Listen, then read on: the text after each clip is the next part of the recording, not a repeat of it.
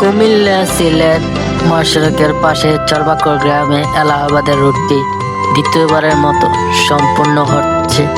Rod দিয়ে আজকে ঢালাই হবে, দেখতে পাচ্ছেন আপনারা, দেখেন রড দিয়ে আজকে দ্বিতীয়বারের মতন ঢালাই হবে।